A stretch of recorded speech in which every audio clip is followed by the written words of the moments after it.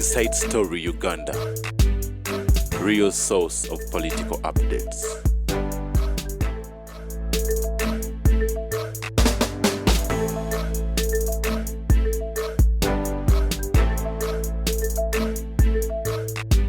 Survived because what have we missed about? Nti Muganda tells you ekimirenti embwedduka buddusi. Once an animal swallows a cow, a whole cow, the other animals run out. Lugero lw'Abaganda? Ekimirenti embwa tisula wo. Nti Bukenya, let us look, analyze the things. Do you think Lugero is more powerful than Bukenya? In ratings, that was a vice president. Tiagenda Mukomera. Yamutwala. What about Museveni called someone the parliament to enact a law governing traditional leaders? Era bajja banadulibani na media chambadde etteeka lirinde etteeka Museveni naga we are in danger because we have an election nga waliwo but traditional leaders abatandise okweyisa obubi tetulina tteeka mugende mukebere parliament yajja neteeka etteeka kabaka ne baleeta etteeka ku traditional leaders okubaga obululu obuse bukiwedde oyawedde eggwanga terifugirwa ku opinion polls. Toyinza governing ggwanga on opinion polls. No, a decision has to be taken. This is a decision making under all circumstances. Ate tulina ekyo tuyita realpolitik. Realpolitik kitegeeza survival. Kati yena alimu etuuse ku survival. Museveni atuuse ku survival. Yes, there's a time when you must surrender the cancerous leg to prevent cancer from spreading into other areas. You government is traveling right in Chichotegeeza Museveni ayinza okanga atuuse kyaddaakya akkiriza okuwaayo baawaayo abagenda bagende asekibwa kya gavumenti. The emergence of Muhoozi force akakabondo kaabwe kekadde kakuba Muhoozi kubanga olaba enkola yaabwe gye bakola nti amabaati gali intended to consolidate their constituencies ate not only to ministers. Museveni yamuyita political corruption. That is political corruption. Kati kitegeeza you are no longer needed, you are cornered. Nti bo balowooza consolidate your constituencies nga aliwo abalimbi kulonda kwa president kujja kubeera mu parliament. Consolidate your constituencies so that whoever talks to you. No. Waliwo atayagala corruption. Kakati Museveni bw'aba akomawo ayina okulaga weekya yuwalake mwesiba mweka. Is Mr. Museveni serious about this fight? Ate Museveni creating a situation gwe gyotategeera. Eno situation gye tulimu y'abagezi. Bw'oba tewasoma political science eno situation togitegeera. Nti look what the situation Muhoozi is campaigning. Tango toyininga genda omukwate. Ale campaigning Tadongo, arrest him. If you cannot arrest him, then lie like an envelope. A situation in which you take and the man has created the two avenues. Three. Whoever wants to be president, you have a president. But by concentrating a kumalining. Kakati chefana in Chokubi, Amini Agamba, into Okubanga knockout, abali manufactured. And will continue. Even if Museveni comes back, Muhoozi will continue to consolidate himself. The army tried to incite, they are siding with him. Why are they silent? Kitegeeza byakola byabagala nti abajasi ne batunulya bwe bati nga n'abali mu parliament bafunye ku mabaati yuwalake parliament bali jiziti ne muloba speaker bwadduka ne muloba balutamaguzi banamboze nga baddukira mu Bugaali. When you sweep naked to drunkard men, you are raped. You are raped. Kakati nze mbagamba nti they are cornered. Why? Ekyamaje n'amabaati gasikitegeera. The emerging forces basula mu mama yengera pole mumuyita baki. Are you need? Amwe muli need mu. Omwana omukozi wa kasobola okubba n'asina kumva n'aziya ng'ejjala emuluma. Naye ate gwe bayisa okufumba emmere ya Museveni yabayita mu bufumbire. Mwe mugirya muli need. Are you hungry? Nodya amabaati okateeka ku kiyumba ky'embwa. And you get the audacity of inciting your constituents. Who comes from an anti-hero? And yet I know what we have. if we use gundi homo abekayunga batugambye baleka amasu waffe baleka lugolo waffe abagatu yamba ekyasiza okusanyusa kadi tugenda kocha t-shirt za muzoche tugenda kusa muzoche let me tell you tebamanyi mu 7 go bali no simu 7 disciplinary institutions tezimanya muntu why ngenda ogenda kasoma wan nti let me give you examples. An institution to survive must guard against internal enemies and outside enemies. Nti obutasoma bwabwe kibi. Mu Bukatoliki mulimu omusajja bamuyita Miringo. Archbishop Miringo. Yafuna obwa bishop nga yine emyaka 35 obwa Archbishop Lusaka. Nga mu bishop 10 yemudduka vaalimu. Ne bagamba papa abazungu ndi mumanyi omusajja akola ebyamaloko.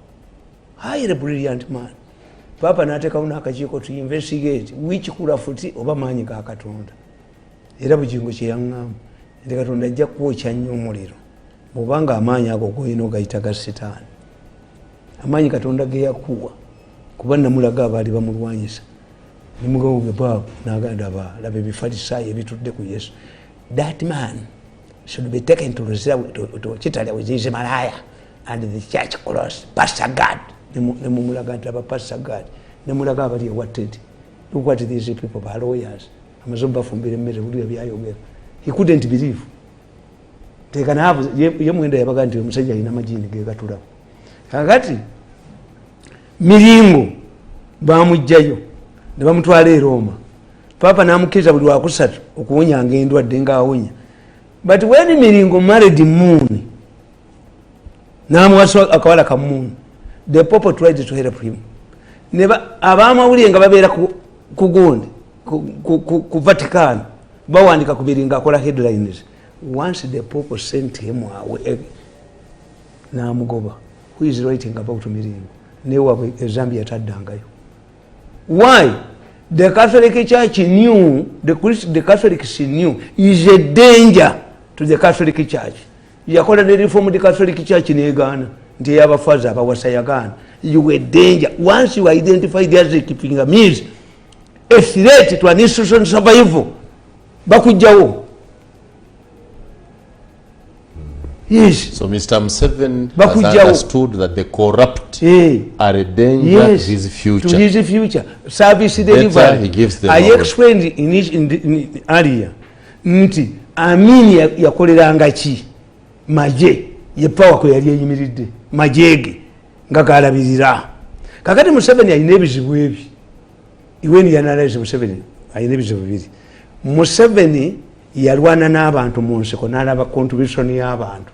How does he pay back? Good policies. Chokola bukintu kyonna kiri universal. Museveni taina lalingi cry. Mu byobufuzi tuyita lalingi cry. Nti Gaddafi yagamba nti abazungu bagala kubba mafuta gaffe. The moment he compensated Lokabi nakiza n'abazungu ne bajja he collapsed. Museveni takugamba nga konti Amini akoma obota akoma ayimiridde ku good policies. Ekitegeeza whoever tampers with his service delivery is a keeping means is an enemy. Goyinza kikola olwo obusiru. Waliwo omuntu akozesa obusiru. Nti omwana nabba eddagala lya kitaawe esente zogula eddagala lya kitaawe naafu. Nga ye abadde ayagala kulya mandazi ate n'amukaabira. Kati we aba musiru. Hey, how can Museveni govern this country without service delivery? And in many countries they lack resources. No, the resources are available. Siri ababbi kye batamanyi nti luli abadde mubba miliyoni 4 eza dola ez'amasannyalaze n'ateekawo endala ne mubba sente z'eggaali n'ateekawo endala ne muleta uniform n'ateekawo ne babawa. The national coffers are empty. Era nze statement gye nasinze okwagala mu Uganda was made by Mwenda. I was watching one of their meetings. Mwenda told them, if we don't get right enough to light all of the corners of government, we are falling. This was a statement made by Mwenda in one of their meetings. That's why I suggested to Museveni Mwenda. What was the purpose of asking his ministers to return iron sheets? Because Chiswaza okugenda babale omukonto. They would deny. Minister abo mulimu abamukoledde. They would deny. they would deny oli musiru gwe Kadaga yakugambye atya ngende mu kooti kale naye n'okomyawo ekizibiti kyennyini mbadde ndowooza nti kyekituufu okukomyawo bw'oba wabbye ente n'okomyawo ebisambi byayo eyo eba nte bakugambyeko nti gye babaagire nolobe empuuta nolobe mulirake temuyina magezi naye mulirake nti mwasangibwa at a right time at a right place but you lack the brains. You lack the brains. How can I return? Ntya haka kubuze omulokole nakerewo muwanga nakugaa nti ye nzize wano muwanga nayenda ku mukazi wo omwana omubirabiri wange oga nti Yesu yebazibwe tomutendereze ojeyo jambia. What would be your reaction? A sensible man. Tawandi ngambi wandi mazika bireka iri Buganda omusajja bwamala okufa aba amuleka mu ddame oba nga bagenda okumuziika ne basiba abaana bamulekwa ebyayi kati awo omukazi wagambira nti oyo temusiba oba abe waabwe ne bajja kontesi ya siiso naye omukazi eze kugira mu maka ge tuyinza gaa nti amabati nagabbye nogabambula nako nogabambula ku kiyumba ky'enkoko shembidi bano be bagula obuguzi Kasajja Minister of Finance yalese yaga magambo musajja gundi magambo musajja babalali mukuli mubagenza okubala nga minister alese yaga bati mwana gane nakola ku family naye yabaka Museveni must be a new person era nabagambo butawo bwange bonna bw'obusoma nkugamba nti once you become a political orphan the new government deals with the corruption. A new government, this is a hustle. Kakati bano bagenze ate bagenze bubi kubanga if you allow somebody to agenda kuba banji da 55 bamuyambye nnyo 15 ani kubuli bagenda kola ki anti bagenda kola ki tosola kujama you cannot remove 55 people in government if you can desire 1,000 soldiers who take a time to train these ones are they skilled labor 20 ministers that go you see them off. And when you see in a group by Chirimutu bagenda mu court you are undermining the magnitude of this thing. It starts from the vice president, the speaker, the prime minister, minister of finance, state ministers. It is big. Let me tell you, team ya Zambia yagwa mu nyanja nekiruba yali akyadde wano tebalina team bali abazanyi bameka omuganda ganti wakule enume tewakulemu how skilled are they era bwe bagenda mu kooti atukoledde ki what reflects his expertise kubanga akati mumwekwatirayo let me tell you tukite contradiction nti do you have the moral authority to call yourself a minister now? Can you, how? A honorable minister, can you touch the budget as Minister of Finance? Ngoisa mu byonabba. Ate yabadde chairman owa parliamentary group eya budgeting. Oyo lugolobi. This is when you should be sensitive. And I cannot do you need responsibility means nti omulamuzi bwogenda mu kooti akubuuza bakubuuza. What's your academic? Can you state your academic Gondi, sir? Qualifications. Yes, I have a master's degree. Even the judiciary wants to restore its credibility. Take your butter. Nayena abasobola. Atiba inachi. Atiba natole vice president. Atiba inachiwe nanga bagenda. Musikamba buli. Mu 1986. Museveni yajuza abadde mu government ye. Mu 87 ne bagala omuwamba. Kayira yali minister wa energy. Nyanzi yali minister commerce nga yimoneka DP. Gunde Lwanga kali emiryango nga minister wa environment ava mu Fedem. What about the other? I think basebana tebali. Asebana teyabirimu. Kakati Gunde ne bakwatiramu ne Dr. Charles. Dr. Charles nga besi gynecologist mu Uganda. Best. Yes. Ne bagenda mu kooti ne bagamba omulamuzi. See, the absence of Charles has resulted into many deaths. women are dying in the hospitals. Abadde rotational doctor nga buli wamu agende. Omulamuzi yabagamba lwaki bwe yali azza omusango ekyo tekirowoozaako nti is very important. Mu Uganda muno? Kyalwazi yalimerayo. Omulamuzi yabigoba. Oli mukwano gwa Katongole wa Quality Chemicals aba avuga emmotoka ye n'akuba essimu owa traffic n'amukwata. Lawyer we n'amukubira nti owa traffic enguzi muleke tugende mu kkooti nga tamanyi. Omulamuzi olwatuuka mu kkooti n'amugamba nti wa gwe Katongole atukolera eddagala lya siriimu nti eggwanga likwetaaga nnyo era kankuwe disciplinary measure oleme kuddamu kulagajjalya bulamu bwo emiliyoni aganga za kaasi oba luzira. Responsibility. So you are too responsible that we need you. We need you. So be responsible for yourself. Teri agenda kubeera merciful kugwe. Obi akatunda kwa omulwadde akali ya ali ku kitanda obi and today because they don't analyze what is the purpose of giving Karamajongo and sis apart from this idiot called Buembo. If you give the Karamajongo iron sheets, they can create permanent houses. You change the lifestyle of their lives. 2, maybe they are fighting over grass. 3, it gives them 7 credibility and a legacy. Who transformed the Karamajongo? Museveni. Kitutu nandutu. That one is inked. Nandutu tabasobola kubitegeera. Tebabitegeera. What's the purpose?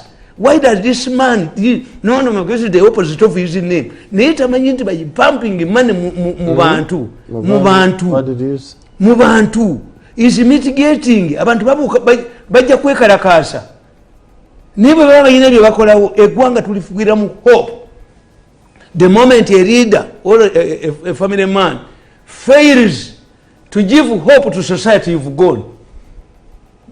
Kasitolemu okuwa society, you've gone. Olaba Abaganda tukugamba, Omuganda akugamba nti obonaabonanga eyabba ende ku mulumbe. Ende kutebbibwa mulumbe ogibbamu otya banno nga banywa omwenge. Era Omuganda ga togunywa oguwanda. Nti ffe gwe tunywa gwe tulwanira okunywa guwandula mu wandu ne bakubirawo. How can you steal a calabash? How can you steal meat? How can you steal? Noruzi terupa mwamu luyamba abantu bonna. Noruzi terugalwa. You must live where people can go and fetch water. Luba open. Luba open. Naye gwe ne bakuwa amabati n'ogabba gwe bakusibira eddala nnyo. Misuse gwe toyina na kisana kimu tokuta kabakusiba balala bategeera. The argument has been nze muyanga gwe bayise ne bampa amabaati nengatwala nina musango ki kitutu ampise angambye honorable member waliwo amabaati 3 gatwale nze nina musango. Kakati ekyo kankubuulize ekyo labishi kyenkugambye kitutu tasobola kuyita buyisi.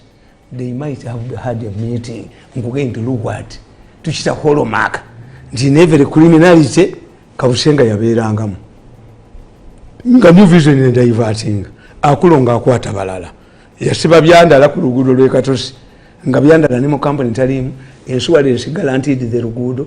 It was not brought by byandala. Gundi housing finance guaranteed your luguudo not brought by byandala. The company was brought by the Gundi na yoro no eroko sajja ko alisi byandala. Nebe bali baba kuddusa emisinde mubadde mukola ebintu bino nga mulowooza mu mugendo okukwata pawo. Naye omubbi kasaakuba oluggi ne luteggula ayina kutema pawe balemi okukwata muyina kudduka. Mujja kulaba abasajja batuuka ku kisaawe ky'entebe nga badduka baleme kusangawo nnyonyi ate bo bajja kutama kababuuke nga bayina ab'enkoni ab'emihola ababagoberera babagoba okuva eno sajja atuuke ku airport ng'ennyonyi tewali esituka adume ku tamaka asituke ejoogo libagwe mu mutwe obusuma bubagwe mu mutwe okujooga abantu kubagwe mu mutwe okubba ebintu by'abantu obutakuta. I see what you don't see. Which one? This is going to weaken Mr. Museveni's government a lot. Kubanga kiri widespread. Bunyoro bakuchaye wasiba omwana waabwe. Ebugisu bakuchaye wasiba omwana waabwe. Eri bakuchaye wasiba omwana waabwe. How can a minister of finance has to give somebody a job nga tayagala kuvuganya naye? Tebalina buwagizi. Inflated Gundi. tibayina who has support and you know support if we control the country using the support who comes from which sawenya tuchagenda maso kakati nkubuli ekisembayo nenkugamba yes the institutions must survive kana katabanda kawandise kuba bisiyaga nembaga nti society yamwe society eringa mu biri institution yonna bwe bagirumba yerwanako oli kubisiyaga amabatu kamaze kyekimu kubanga ekyebisiyaga nakyo olwadde okukasiya inaale kulwetula kukyebisiyaga lesoko komawo olwokwagala okweyubula kyendowooza nze nti kiyinza okuba ekizibu kuba bangi wali abaddanga akwata omuntu omu babiri basatu naye bano bali 20 kakati omanyi ba pages abajemera mwanga enamba yabayamba it is I told you where you were going to read once it comes to self-preservation of an institution you must be discarded however powerful you are bagamba nti ennaku zino mwesiimye temwetaaga bwongo bungi go and download General MacArthur in the Second World War. General MacArthur yalwana nnyo mu Second World War, celebrated general era he brought the Korean War okugitemamu.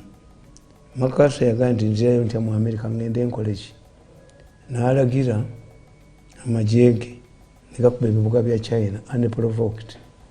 China ne bayiwa akakadde kalamba buli lunaku mu lutalo until the Armistice 1954 bakola Armistice.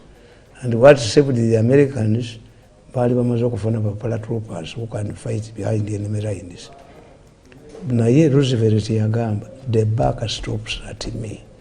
If we don't arraign MacArthur before the court martial, before his, because of his earlier contribution, we shall be creating a dangerous precedent for the US Armed Forces. General MacArthur was court-martialed. You read about another powerful general Wairanto in Indonesia. They had to be court-martialed.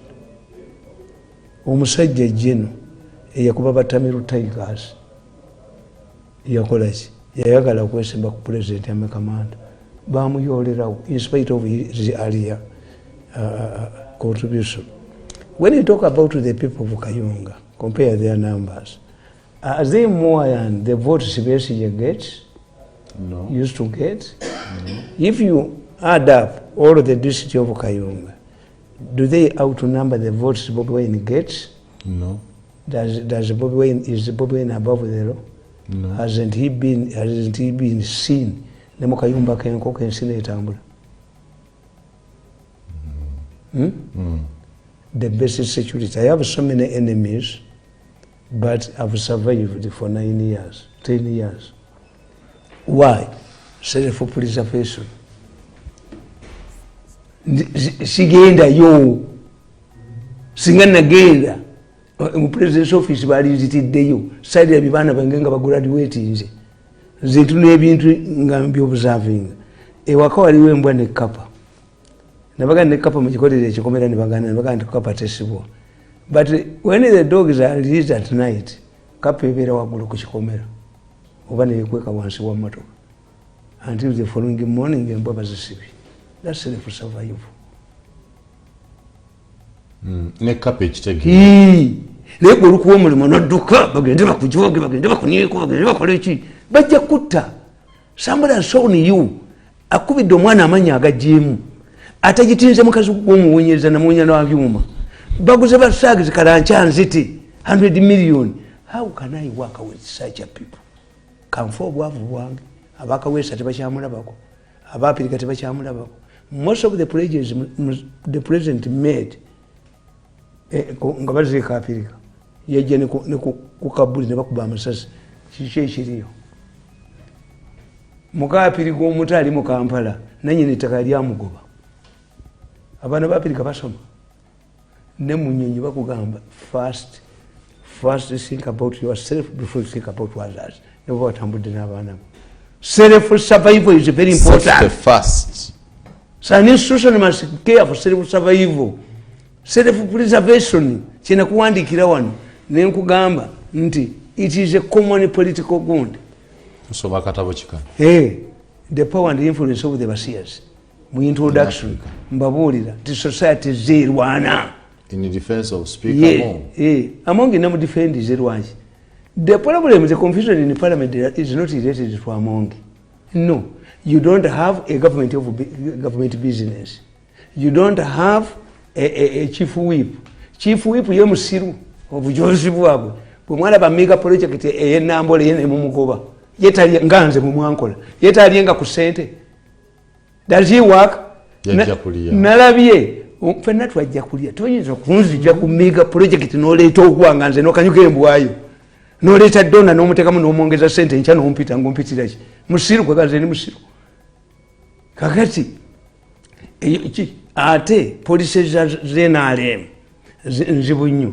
If the secretariat was formulating policies, priorities, oba cabinet priorities, kyali badde kiyamba chief whip manya gundi nti etteeka ly'ebiseera lyalikomyewo litya. Katonda alibawonyeza ligenze mulikomezaawo ki zitye priority. Kati ekyo nkinanyisa speaker. Speaker alina veto. Speaker yalina priority za godi yammwe. Is failure. Omanyi ffe nyaffe yatugambanga nti you must be fair. Engege bwebula tononya wa mulaalo. Era ffe Abaganda tukugamba nti God is fair. The glory cannot catch the umbilical cord. The umbilical cord is a witness. Ono yatakulayo gwe bakwata. Enzi kuteru makundi. Ekundi is a witness. Lyo liraba yekeja. Nedi mukubira mu ngalo. Kakati you must be fair. Nti what's the role of a speaker? Era nikadaga na defending anga. Speaker si akola policies za parliament. Speaker talina veto ku kiteeso. Nedda. Kuteeka lino speaker yalayira nagandika kubefa Katonda. Ngalivuddewa. Anti ngalivuddewa. Banadiri ngalivuddewa. Mumusinga mu abantu. Yakuba akaluka mukono yalayira. Oyo kazinda. Kazimba. Ne mubaje bali bagala sente za government. But we cannot put your failures on burden of government. Attorney General w'eggwanga chief advisor ku Museveni n'abaga nti we have adequate laws nga tewali musango na gumugwe mutaddeyo era ne mugenda mu maaso. Even Museveni can tell you you are sabotaging him. Ebyo mbagamba nti waliwo olwokola ekintu omuntu naga nedde ekyo tebaali kikoze kati. We have other priorities. What's the impact?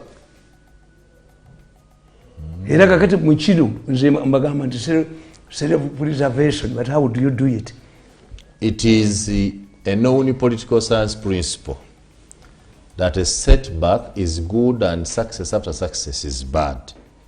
When you suffer a setback, you go back and ponder over it, leading to a solution. However, success after success creates confidence, and one takes many important things for granted. In politics, an institution must operate like a living thing. It must assimilate, adopt, and discard. Religious institutions know this very well. However, for any religious institution to survive, the changes should not erode or undermine the core values. Otherwise, it turns into something else. If a woman applies cosmetics to the extent that her husband does not recognize her, then the cosmetics have not achieved their objective. The role of the cosmetics will be to provide more beauty, but at the same time retain the original features of the woman. Setbacks helps to awaken people. They are like warning bells in a car or barking dogs. If one responds in time, the damage done is little. However, if the organization rejects or ignores warning bells, then the enemy eats up the organization. Even where there are treatment for a particular disease, early detection is very important for its treatment. Like human beings, political organizations are attacked by their enemies on a daily basis. It is the level of early detection of an organization that saves it from its enemies. The institution should create an early warning mechanism as well as a quick response, one in order to survive. Political institutions suffer from what we call political inertia. They develop weakness, They are like human beings who have to observe a high level of hygiene to avoid falling sick. Furthermore, political institutions are like human beings who must ensure self-preservation. 1. A human being succumbs to death, then which ends a living cycle. If a political institution loses political preservation, it dies like a human being whose defense system succumbs to diseases.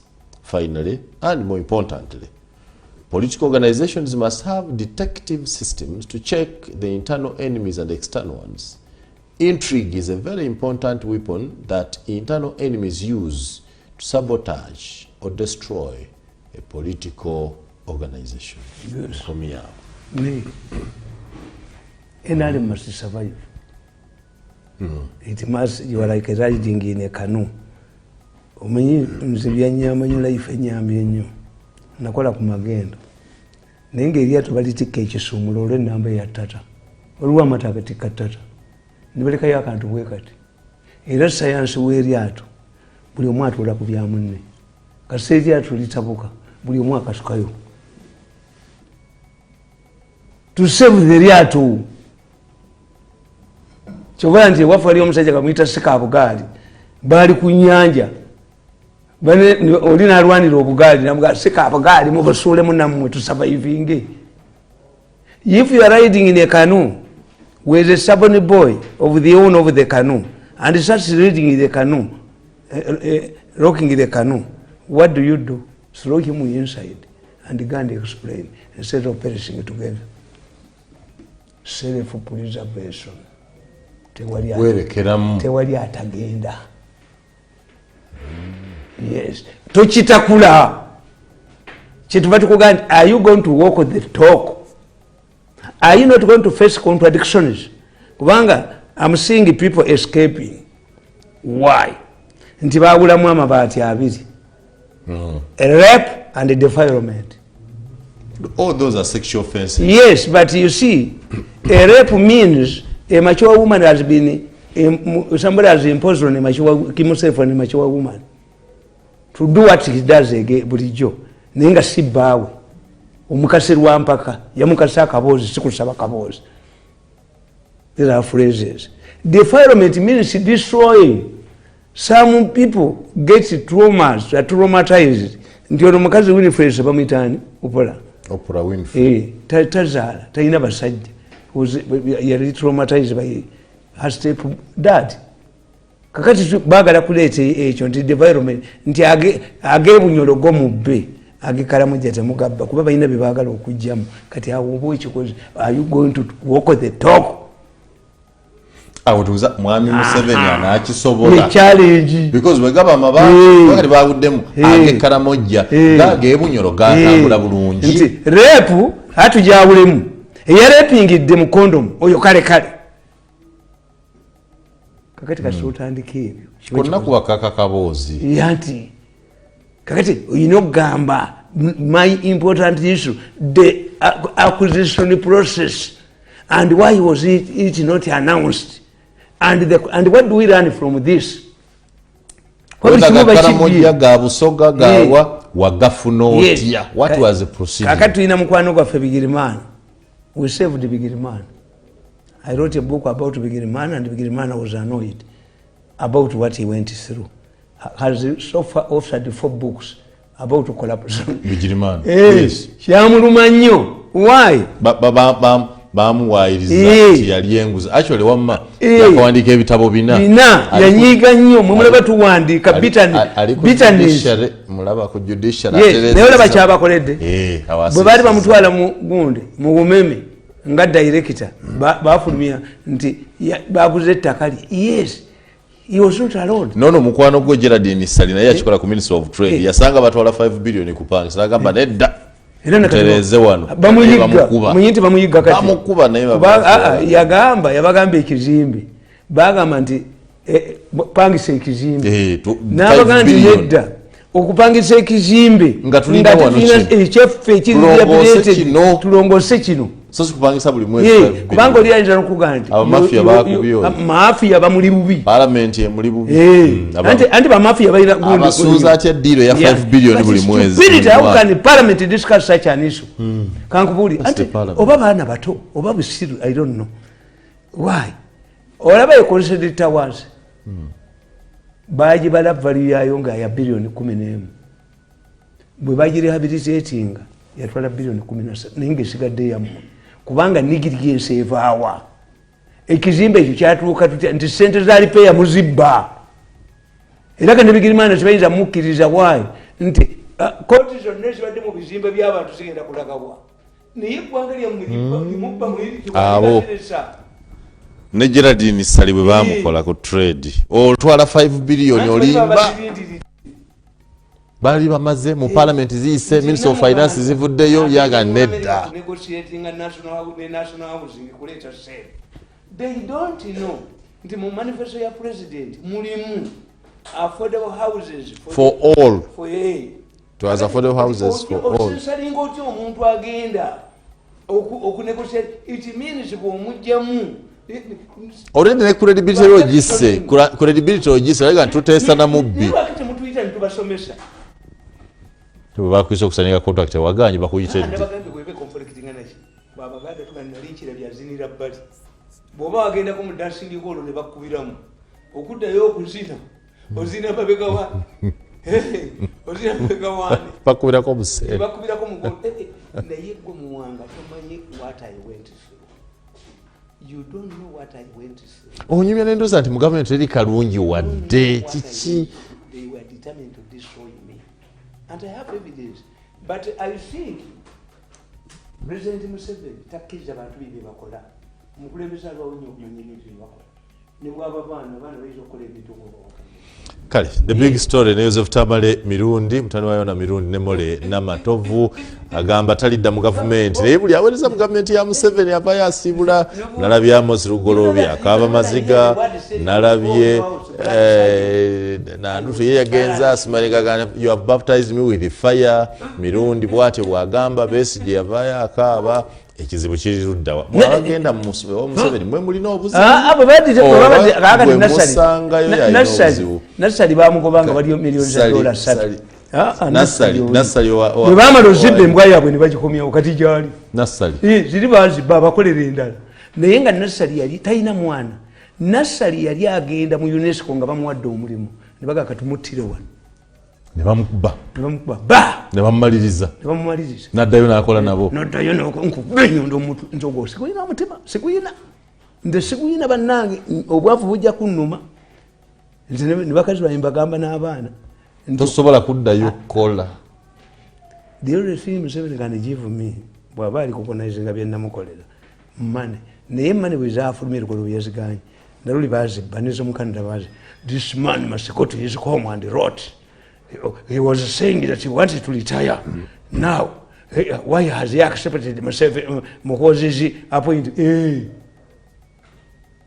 Muhoozi alonze kibasudde ati kubanga Muhoozi ali nyamba okujjayo sente ziri kitaweze yali ampadde ne muzitwala ize gudu gambo alizisasula aje kuddayo amugambe nti sente z'omusajja ono yazitwala ngo alinda mwenda mufukamire nga ngufukamire kuki soere mpulu bwemutulaba abantu abo batulaba batulowoleza ntuva mu bufamire bubi nnyo bwe baba batujooga balabira ddala embwa ezaafa mu famire embi ababeera humiliated. We can tell you to go this, we can tell you to do this. I've suffered for, I've lost 24 years.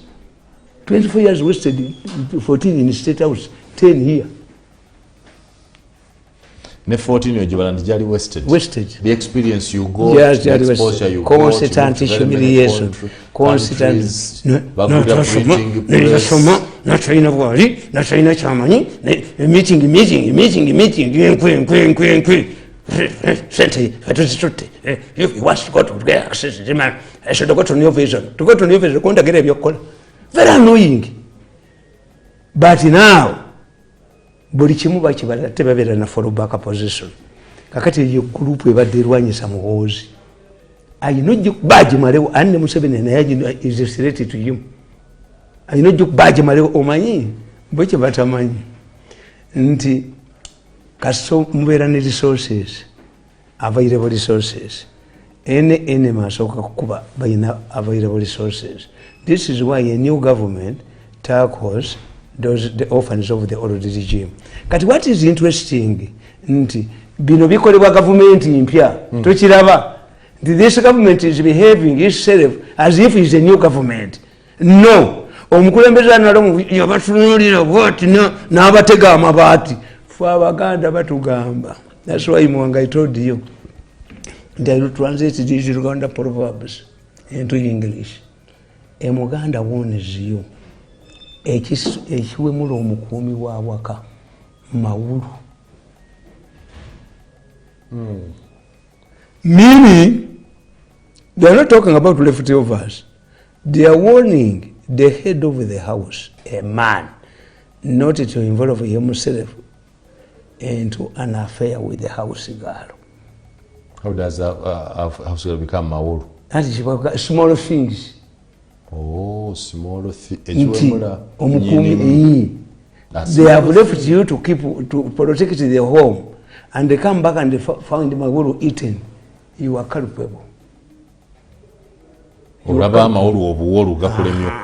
Kakati fe mu Baganda bwe batugamba avoid small things, very small things. Nti oyina buli kimu kyonna wabadde tuyagala kubambula nnyumba yo naye kuteeka ku nteezo. Very embarrassing, very arrogance. Singa nti wabadde etonye enjuyo yayonooneka ate togabidde bantu mu community nawudenga nti abadde atuyamba nenga nti yasereka kati adaseresa ekiyumba ky'embuzi bajje basomere. Is a minister of finance. How many factories has he put in that area? Abadde abayamba. And he is in a position to kyovula ntabawo empowerment. Tonto. The cheapest vote is in Uganda. Tonto. Ate gwe kiwewuunya ti politics wa Uganda muzibu nnyo. Kati Nantaba ate babadde balwana kanani Kalango. Ate Kalango yaza okuyimira mwenyina wa Nantaba. Alwa mwenyina wa Nantaba. Hey. That's why bw'olaba Piraawo ng'erwana ng'omunyama erwana n'omuceere gidduke. Bw'osanga emmese kapa gye waleeta okulya emmese ezina dansi ne kapa gw'odduka mu nnyumba. Abeegasse. Nti gwe bw'otuula na bano mulina koze bagatta ojja kukifiiramu. Ojampola. That's why government yabwe esaana kubeera bbali. Esaana kubeera bweru waayo to survive. Kuba you don't know who is who. Wena tojeekakasa. Nze mbatunuulira. Oyinza okubalaba mu gurupu yaabwe ne bakkiriziganya ku nsonga.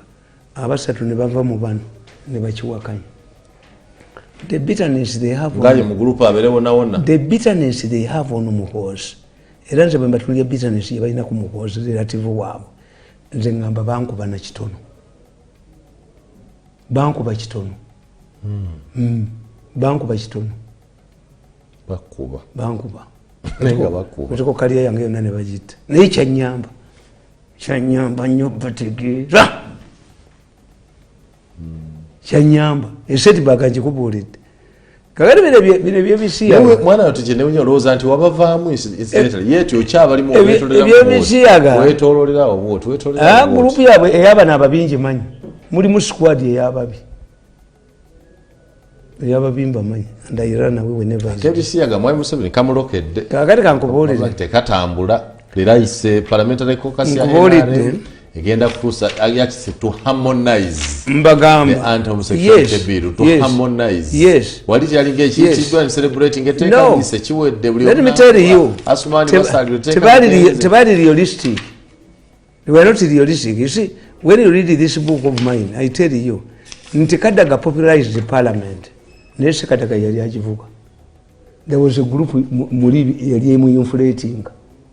Kadaga was being influenced by Kabushenga's opinion polls. Museveni amukube ngamba bazakutte ku Tamale ku 3%. Kadaga ne bamuyita mu constituencies all over the country. All over the country. At one time Kadaga toured police installations in an helicopter. There were also suggestions of buying an helicopter for the speaker. was being inflated. Kakati si yali akola. Fe mu balunzi b'ente tukiina. Fe abalunzi b'ente tuddira ente enkadde tuziyita kagango. Kakati ente enkadde eyo tugiwa walagi. Nebeera mu katale k'omubuulo ng'ekyakala. Naye walagi bwagigwerako wogitira ne buyokya tevaawo. N'ennyonyi bagiteeka ku automation. Kadaga yali ku automation. Si ye yali akola. No. Kakati bano bafuna ekizibu nti baagala to adapt Kadaga's style to popularize parliament. How do you popularize parliament? Yes, parliament as an institution must be opportunistic, but there are issues which conflict with the executive. This is why I cannot blame the speaker. Why? Band today. Movement caucus. Nebakana obaba experts tebayinza kudya buli kintu kyonna ne mukifuula mayirikiti. The secretariat in the setup is a politburo where brainy people sit. Because cabinet you have people who don't believe in you. Kakati nodira omusajja yabawangula mu kalulu n'okola naye endagaano na atula mu movement caucus. Wamwe si abaye ebyama. Why do you avoid the brainy people? The secretariat will be composed of highly brainy people. Ku secretariat kubeera abagezi abayitirivu. Never formulating policies. What are the priorities now? Nti ebisiaga is not a big wound. Kubanze mbabuli mu kitabo kyange muno ne mbagamba nti mmwe chemutamanyi na kugamba the mistakes the anti homosexuality groups have basomemu ensonga abasiyezi kyebaba kubite. The mistakes the anti-homosexuality groups have made. One, history of homosexuality. The anti-homosexuality groups in Uganda believe that the practice is an import from Europe, which is not true. Homosexuality was in Uganda even before Europeans came. The word okusiyaga or okuvuga empanka has been part of the Kiganda vocabulary for ages. The practice was introduced by the Arabs and not an imposition from Europe. Number two, Chiganda culture recognizes the prevalence of the vice long ago. Hence, the introduction of tough punishments for offenders. For example, a person who was found guilty of this crime was to be wrapped in dry banana leaves and set on fire. And number three, another big mistake the anti-gay group has committed is to think that every European is gay.